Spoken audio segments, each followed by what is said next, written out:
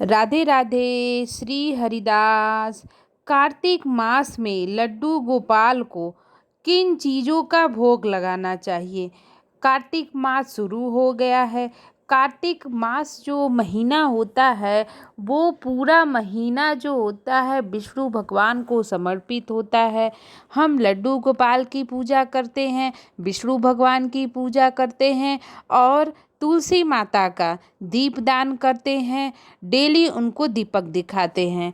तो आज हम यही आपको बताने वाले हैं कि अगर आपने घर में लड्डू गोपाल जी को रखा हुआ है तो कार्तिक मास में उनको किन किन चीज़ों का भोग लगाए, कैसे उनकी सेवा करे और कैसे उनकी पूजा करे, यही सब मैं आज आपको इन वीडियो में बताने वाली हूँ।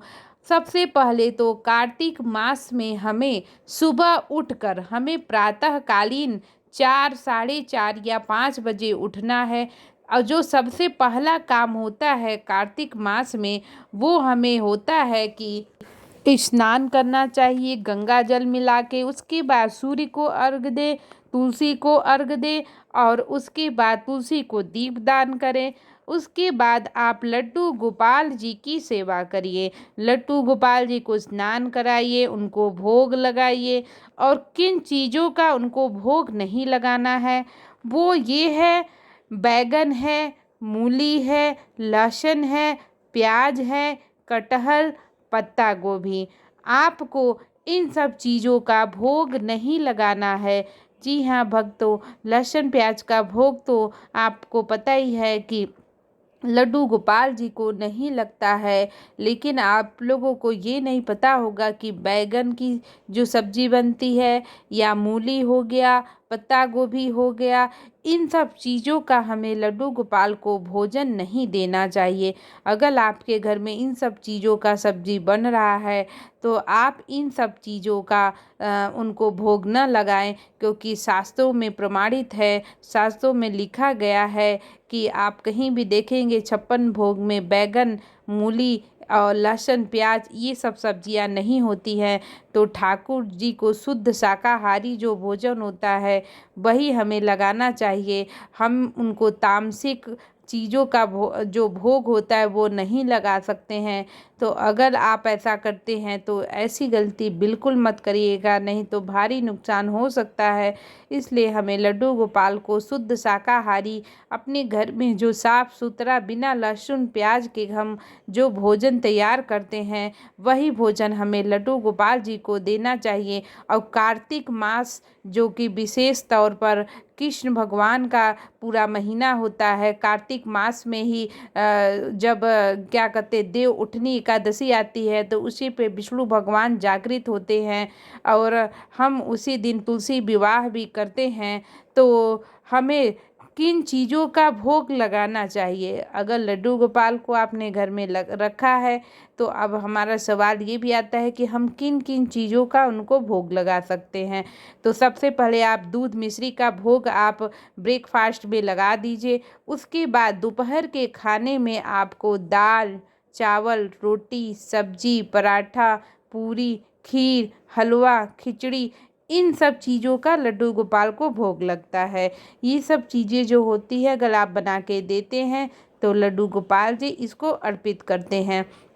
आप आलू की सब्ज़ी बना के दीजिए, आलू टमाटर की सब्ज़ी बना सकते हैं आप उनको सिंपल शुद्ध जो शाकाहारी भोजन होता है, जैसे कि हम जो घर में बिना लहसुन प्याज के बनाते हैं वही भोजन आपको लड्डू गोपाल जी को देना चाहिए। दोपहर का उनका वही भोजन होता है। आप उनको तामसिक प्रकार के जो भोजन होते हैं वो नहीं दे सकते हैं। अगर आपके घर में लहसुन प्याज का ही भोजन बनना है, साफ सुथरा नहीं बन पा रहा है, तो कार्तिक मास में तो बिल्कुल ही मत दीजिए। नहीं तो इससे लड्डू गोपाल जी नाराज़ हो जाते हैं, क्योंकि बालक तो हैं ही, हम उनको बालक तो मानते ही हैं, साथ साथ में हम उनको एक भगवान भी मानते हैं, क्योंकि भगवान है तभी हमने उनको बाल रूप में यहाँ पे रखा हुआ है।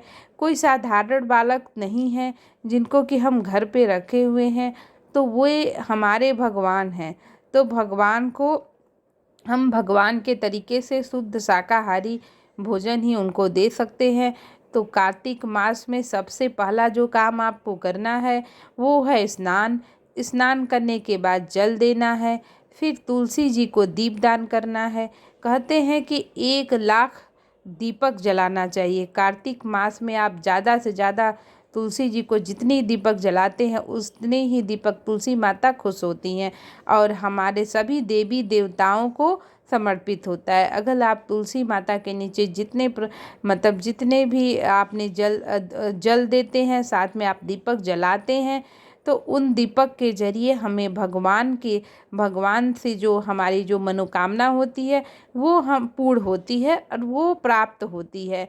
तो जैसे ही हम तुलसी को दीपक जलाते हैं तो हमारे जो और भी भगवान होते हैं उनको भी हमारा जो भोग है, हमारी जो मनोकामना है वो उन तक पहुंच जाती है तुलसी जी के द्वारा। तो तुलसी जी को ज़रूर दीपक दिखाइए और कृष्ण भगवान की ज़रूर पूजा करिए और कार्तिक मास में विष्णु भगवान के सहस्त्र नाम का जाप ज़रूर करें।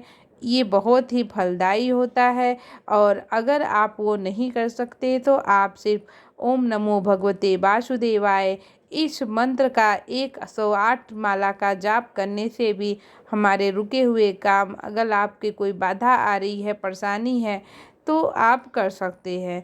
तो यही इन चीज़ों का हमें ख्याल रखना है कार्तिक मास में। तो वीडियो कैसा लगा हमें ज़रूर बताइएगा। राधे राधे, श्री हरिदास, राधे कृष्णा।